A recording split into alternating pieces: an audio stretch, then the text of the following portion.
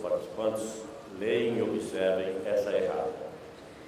Lembramos também que a comissão organizadora tem diversos quadros de avisos espalhados principalmente no quarto piso do Centro de Convenções. E é importante os participantes observarem esses avisos que estão fixados nos quadros para se inteirarem do que está acontecendo no Congresso fora da programação. E lembrar que na sessão de encerramento a comissão estará sorteando vários brindes. Entre esses brindes estão produtos que os nossos convidados estrangeiros trouxeram de seus países. Então, todos devem ficar até quinta-feira, a partir das 14 horas, para a sessão solene de encerramento e participar do sorteio de vários brindes, inclusive os brindes que foram trazidos pelos convidados estrangeiros. E vamos então aos trabalhos da sessão plenária, convidando para presidir a mesa o professor João Augusto Matar. Ele é da PUC São Paulo e da IMB Morumbi.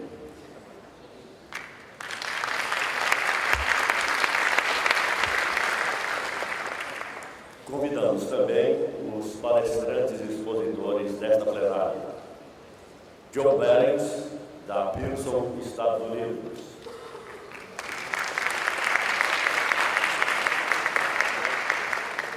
José Alves Diniz, da Universidade Técnica de Lisboa, Portugal.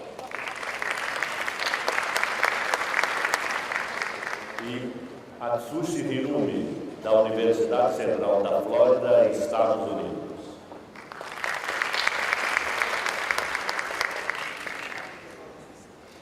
Com a palavra, o professor João Augusto Matar para conduzir as atividades desta sessão plenária.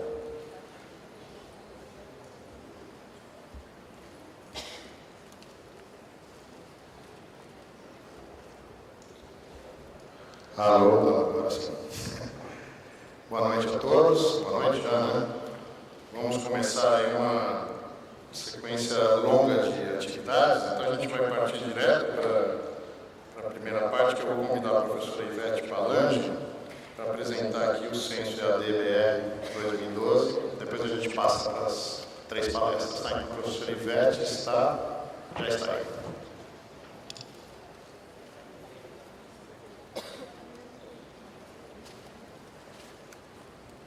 Boa noite a todos.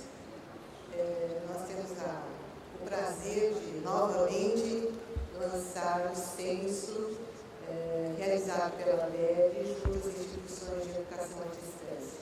É o 5º ano que esse censo é publicado, o 3º que está sob a responsabilidade do conselheiro e sob a minha responsabilidade na produção dos instrumentos, na organização dos dados e na análise. Vocês todos que fizeram a inscrição vão receber o censo,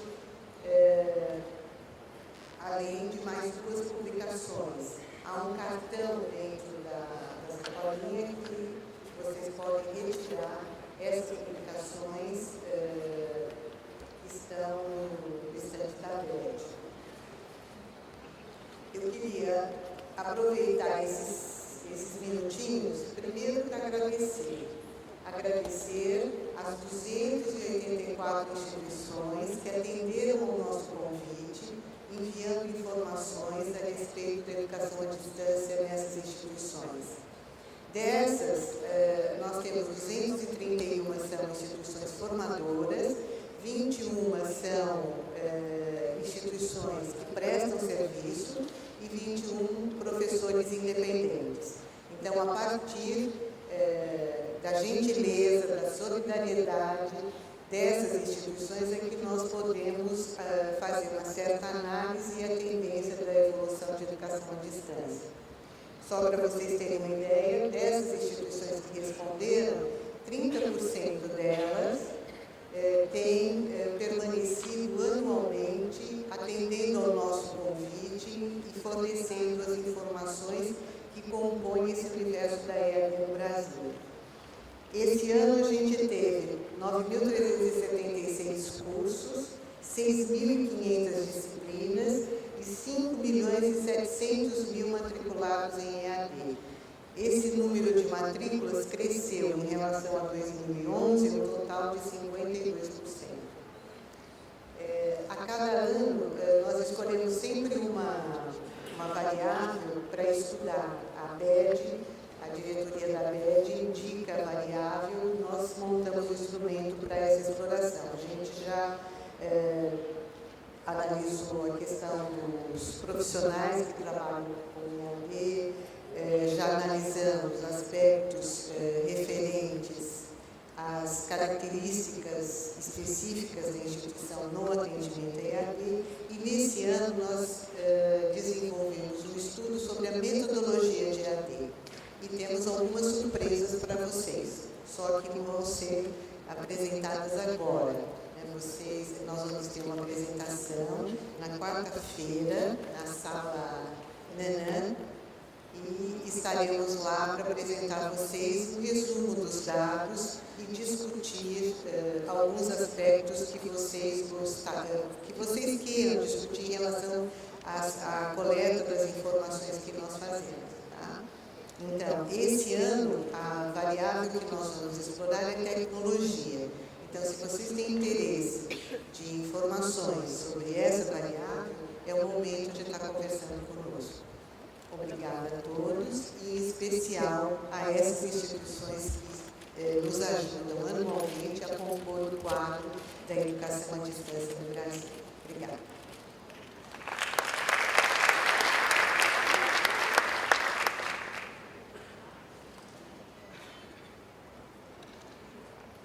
Obrigado, professora Ivete. Então, a gente já vai passar direto. Nós vamos seguir, quem está com a programação, a ordem, como está, que é a sequência que aparece na programação. Então, nós vamos começar com a palestra do deserto digital para o oceano digital, com tradução simultânea, né?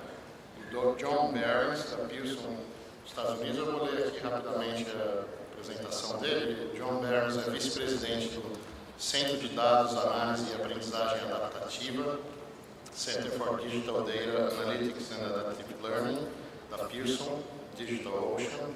Além de desempenhar seu papel na Pearson, o Dr. Behrens é professor assistente de pesquisa adjunta do Departamento de Psicologia da Universidade de Notre Dame, Indiana, Estados Unidos.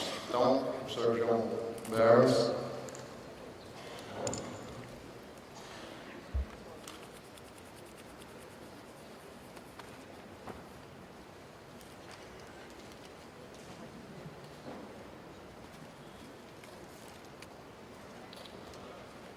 Obrigado. So, first I want to say thank you very much for having this delightful audience and a delightful place. Just want to say a few things about coming here. I live in the center of the United States, about 100 miles from Chicago, in a place full of farms and woods. And you can see from the family photos that we do many things out in the outdoors all the time. I've had a lot of different jobs: janitor, ditch digger, social worker, graduate student, professor, assistant professor, associate professor, ex-professor, local school consultant, global e-learning, certification industry, learning analytics.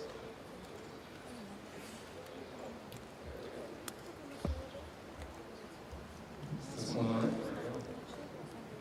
But now, mostly, I think about data and the digital revolution that we're in. Data are very simply records of experience. And data analysis is very simply learning from records of experience. There's lots of ways to break it up: statistics, data mining, machine learning, many ideas, many words. But for us, this is the important thing: learning from records of experience. And as educators, we have the pleasure of learning from records of experience about learning. I think of human history in two phases. In the first phase of human history, which has only recently begun to change, data is expensive and hard to collect. To get data, to get records of experience, we need to stop the instruction and instrument the student to collect the data. It interferes often with the instruction. It's a sad world for people that love data and learning. You can laugh if it's okay. It's okay with me if it's okay with you. We call this the digital desert.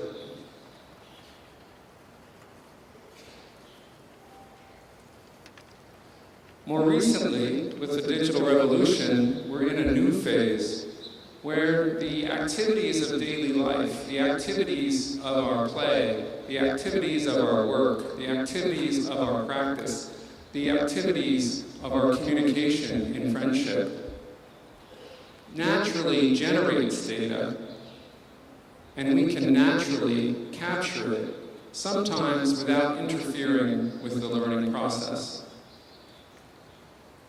This is a happy place for data, and we call it the digital ocean.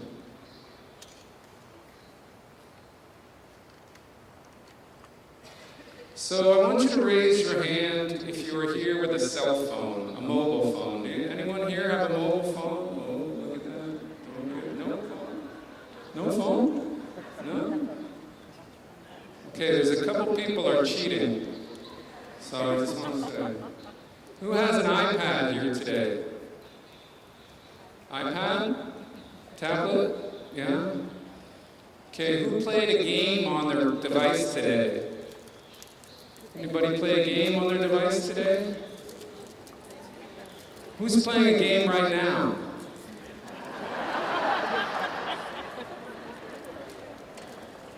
So you see that our world in this auditorium is already a microcosm, a mini world of the world of education, where you don't listen to the speaker and you play your game. Just kidding. I want to say our relationship with data and how we learn from data is changing. And it's changing in important ways that we need to think about. We need a language to understand the possibilities of this new world. A new world of what we call data in the wild. Data not just from formal tests, but data from our daily activity. So I'm going to tell you about something we call an activity and data framework. It's a language that helps us understand and make sense of all this variability, all the different ways we use and generate data, and how that can be used to understand both what humans do and what machines do. There's 5 parts to this.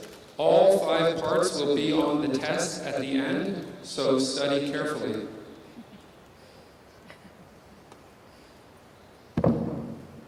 The first part is called activity interaction. This concept is just that in the world we have activity, we do things. We play football, we read, we recite a poem, we practice our math facts, we talk to friends, we play a game. All these things that you already mentioned you do.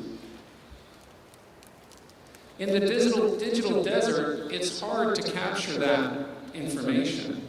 It is ephemeral. It fleets away like a dream. But in the digital ocean, this can be captured.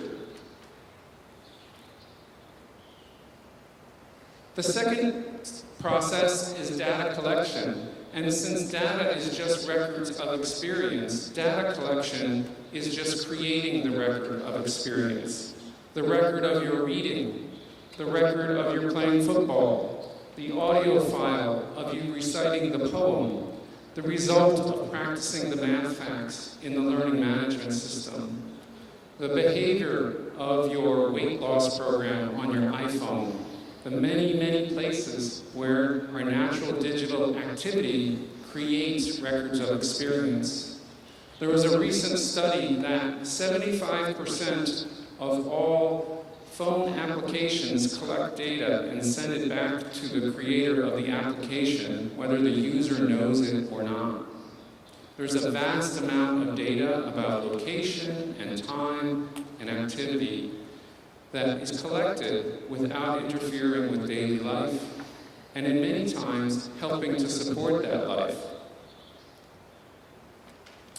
I also think of humans as data collectors. I think of our activity as the collection and synthesis of data, and I'll talk more about that. The third process is after some data is collected, as humans and also for machines, there's a process of looking for patterns. What do I see in the data?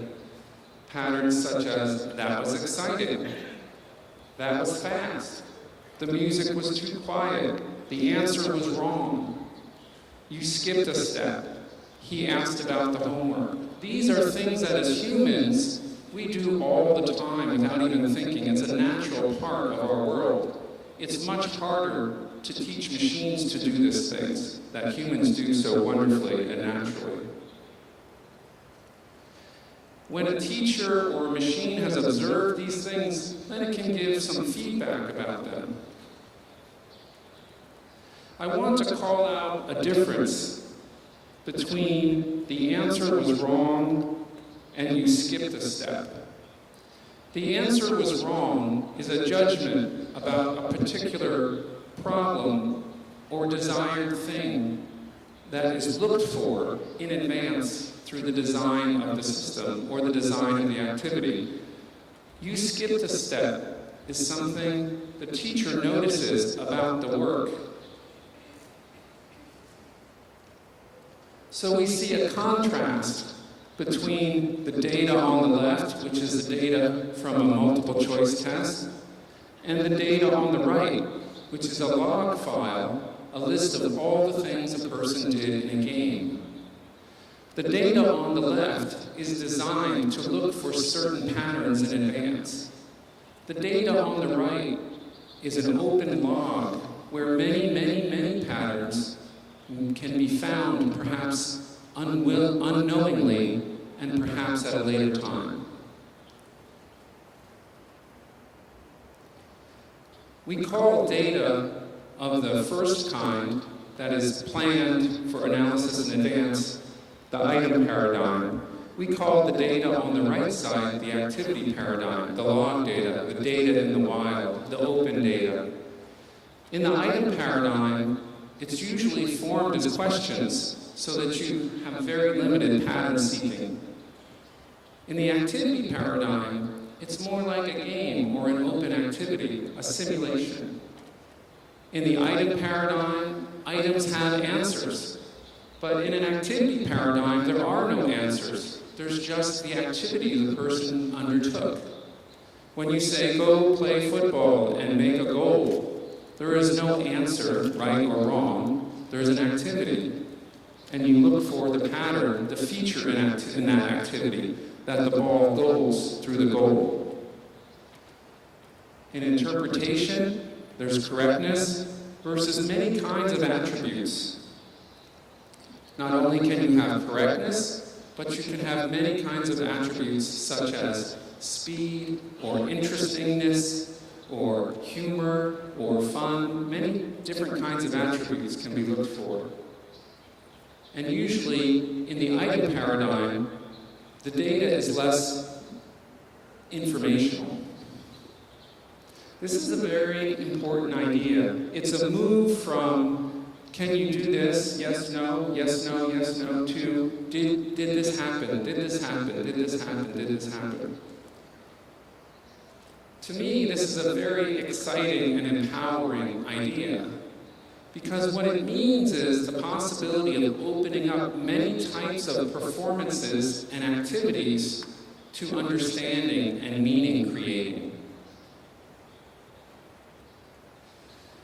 Once we've identified the patterns and given the feedback, usually we update some kind of profile, some type of summary score. Could be just a general statement like the performance is good, she should pass the class, you need to study fractions more. And after this process is where we usually see the score report or the final report or the grade. The last process is the process that controls what we do and what we're going to do next. We call it activity selection. And this is the process that chooses what to do next. And I'll walk through some different examples. It might be to read another page, or recommend more practice, or give an easier question, or give a harder question.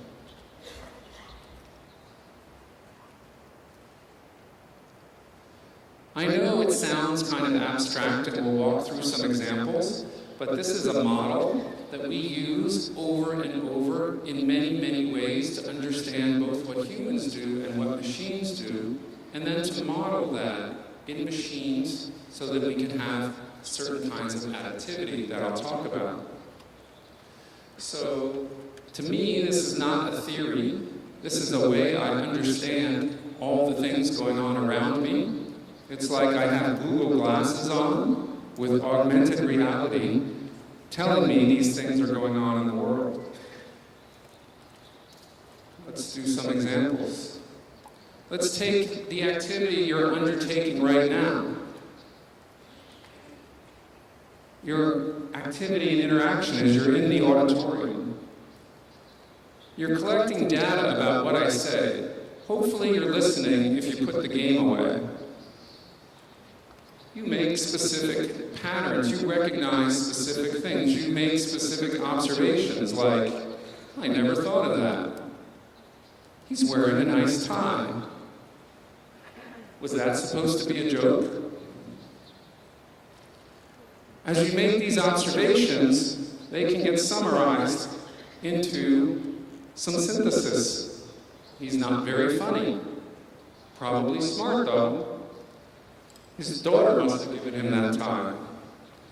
And then you have to select the next activity, which hopefully is staying in the auditorium a little bit longer. How do we think of a teacher in a class? Teacher picks the activity of filling out a worksheet. Perhaps watches them fill out the worksheet or collects the worksheet at the end of the cycle. Makes specific observations about the work and what's happening in the work, and then summarizes the quality of the work in a certain way. And then selects the next activity.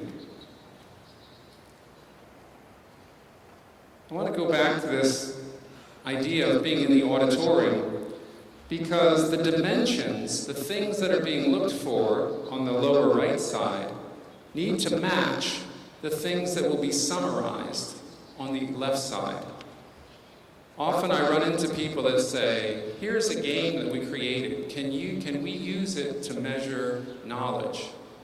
But if the system wasn't built so that the activity generated the right data, that can have the right meaning, that can have the right summarization, then it won't work.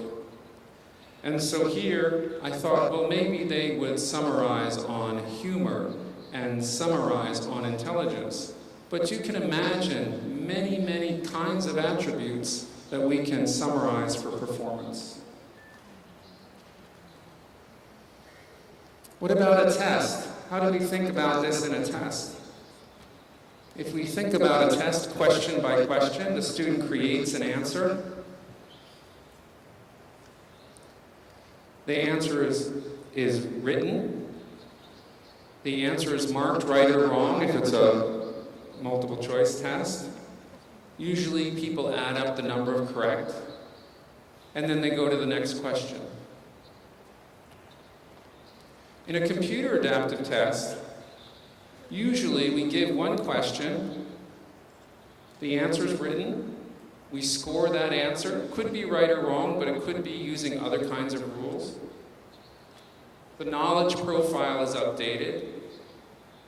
And then the next question is chosen to match the ability level of the student. So if your ability level is in the middle, I will estimate that in the profile, and I won't ask you a very hard question you don't know, and I won't ask you a very easy question that will bore you. By updating the profile after each question, we can estimate the best next kind of question to give you. What about adaptive teaching? I give you a problem to solve. You write the answer. We keep track of the log of every step you took. We look for whether it's right or wrong, and we apply rules. In what way would it be right or wrong? Usually we give immediate feedback, and then we update your knowledge profile again. Typically, these systems are designed to give the next activity based on your zone of proximal development. That means an activity that's just a little bit harder than where you are right now. What about games? Student completes the activity, the log is captured, the action is scored, the activity profile is updated, and we give another activity designed to maximize engagement. So, you're given the sheriff, you have to shoot the sheriff, you shoot the sheriff, it notices that, and then it gives you a harder evil person to shoot next. Here's a game that some colleagues and I created in a previous work at Cisco, the networking company, where we made games to introduce students to the idea of business logic. The games would call the students and give them problems. They could bid on the contracts or not. Inside the head of each character was artificial intelligence that would control the game based on where the student was in their knowledge profile. They would get different kinds of activities, and as they advanced, they would get harder and harder activities. And here's the dimensions of the profile that was updated: business sense, networking ability, money management, labor. Here's my favorite game at my house.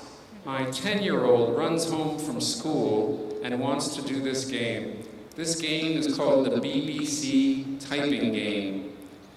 I'm not really sure it's a game, but she thinks it's a game. She's learning to do the keyboard. She learns to type, and then the moose dances. And she gets points, and her typing gets better. So my question is this a game? Is this learning? Is this assessment? I think it's all three. But can we go further? What if the game sent the scores to the school, and the teacher at the school knew that my daughter was learning the typing, and knew what the score of the typing was? Then the game would be talking to the school, the instruction would be aligned with the school, the game, the instruction, and the assessment would all be one activity. And as we saw in the diagrams below, the structure of all those things has a common structure, which is about collecting data, making observations, and making choices. So in the digital desert, in a world of paper where we cannot move the data around easily, data is alone. It's in the classroom or it's in the facility. We have to ask the student to generate the data. It occurs in specific forms such as a test. It's often simplified, and it's time-consuming. In the digital ocean, the data is linked. Your cell phone is linked to the applications it generated. There's many forms of the data.